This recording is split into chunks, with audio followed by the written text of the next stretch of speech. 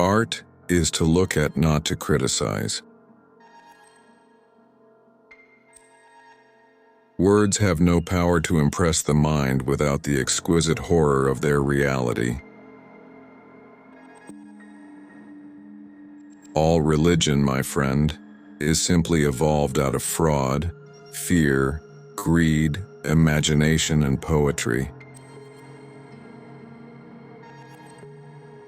Believe nothing you hear, and only one half that you see. I have great faith in fools. Self-confidence, my friends will call it. I became insane with long intervals of horrible sanity. They who dream by day are cognizant of many things which escape those who dream only by night. I remained too much inside my head and ended up losing my mind. With me, poetry has not been a purpose, but a passion. Literature is the most noble of professions. In fact, it is about the only one fit for a man. For my own part, there is no seducing me from the path. All that we see and seem is but a dream within a dream. Books indeed were his sole luxuries. All suffering originates from craving, from attachment, from desire. Poetry is the rhythmical creation of beauty in words.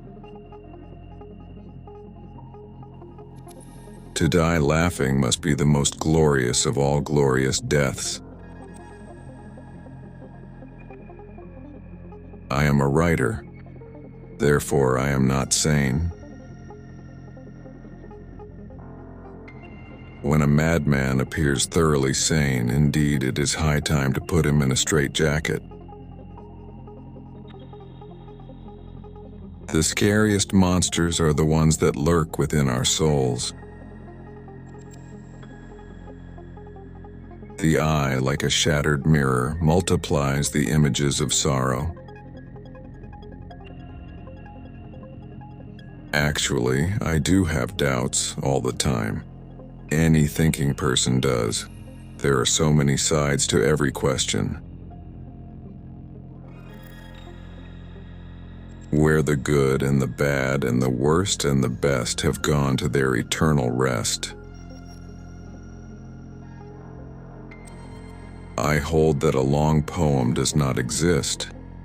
I maintain that the phrase "a long poem" is simply a flat contradiction in terms. A short story must have a single mood, and every sentence must build towards it. I would define in brief the poetry of words as the rhythmical creation of beauty. And haven't I told you that what you mistake for madness is but over-acuteness of the senses? Music, when combined with a pleasurable idea, is poetry. Music, without the idea, is simply music. The idea without the music is prose from its very definitiveness. If a poem hasn't ripped apart your soul, you haven't experienced poetry.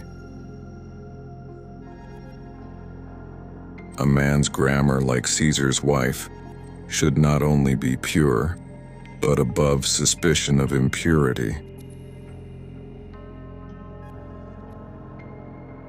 I do believe God gave me a spark of genius, but He quenched it in misery. I wish I could write as mysterious as a cat. For my own part, I have never had a thought which I could not set down in words with even more distinctness than that with which I conceived it. The truth is, I am heartily sick of this life and of the 19th century in general. I am convinced that everything is going wrong. Science has not yet taught us if madness is or is not the sublimity of the intelligence. Lord, help my poor soul.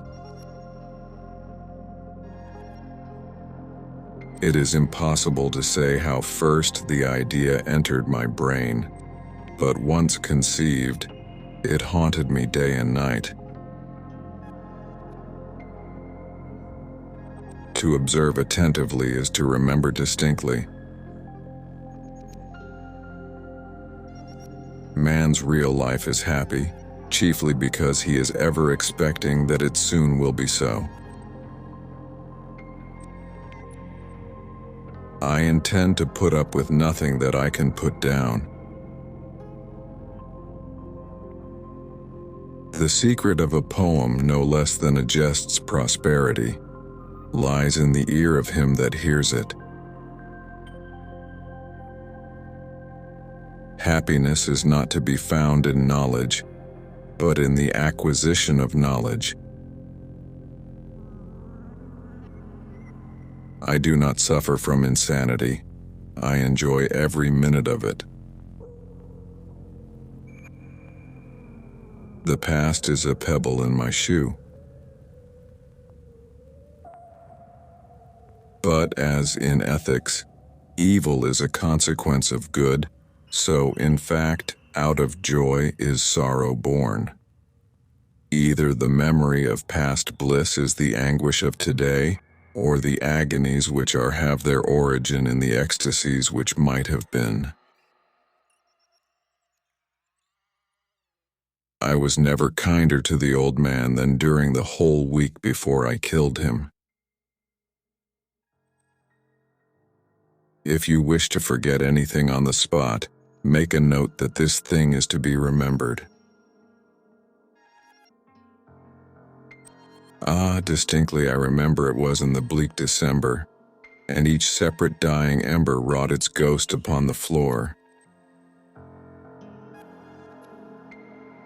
Years of love have been forgot in the hatred of a minute. Deep in earth my love is lying, and I must weep alone. We loved with a love that was more than love. And so, being young and dipped in folly, I fell in love with melancholy. From childhood's hour I have not been. As others were, I have not seen. As others saw, I could not awaken my heart to joy at the same tone. And all I loved alone.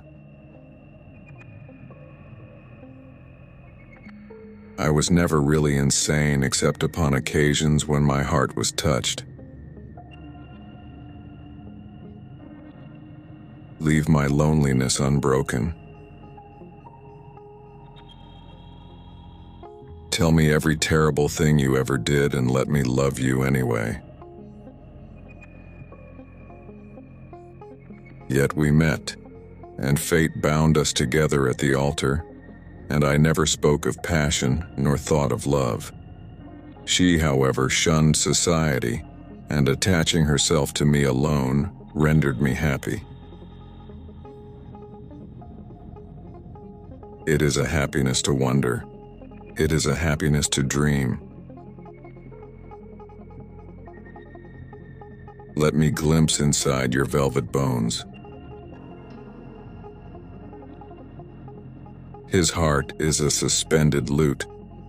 As soon as you touch it, it resonates. Love like mine can never be gotten over. once upon a midnight dreary while I pondered weak and weary. There are chords in the hearts of the most reckless which cannot be touched without emotion. Beauty of whatever kind, in its supreme development, invariably excites the sensitive soul to tears. There are some secrets which do not permit themselves to be told. The death of a beautiful woman is, unquestionably, the most poetical topic in the world. It is by no means an irrational fancy that in a future existence we shall look upon what we think our present existence as a dream. Men have called me mad, but the question is not yet settled whether madness is or is not the loftiest intelligence. Because it was my crime to have no one on earth who cared for me or loved me. In the heavens above, the angels, whispering to one another, can find, among their burning terms of love, none so devotional as that of mother. I have no words in Alassian to tell the loveliness of loving well. I saw no heaven, but in her eyes. Reaching out to her is like drinking from a memory. The most natural, and consequently the truest and most intense of the human affections are those which arise in the heart as if by electric sympathy.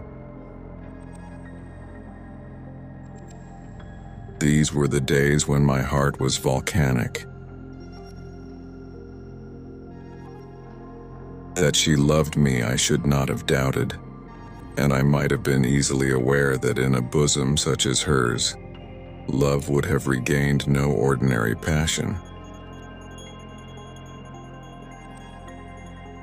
But in death only was I fully impressed with the strength of her affection.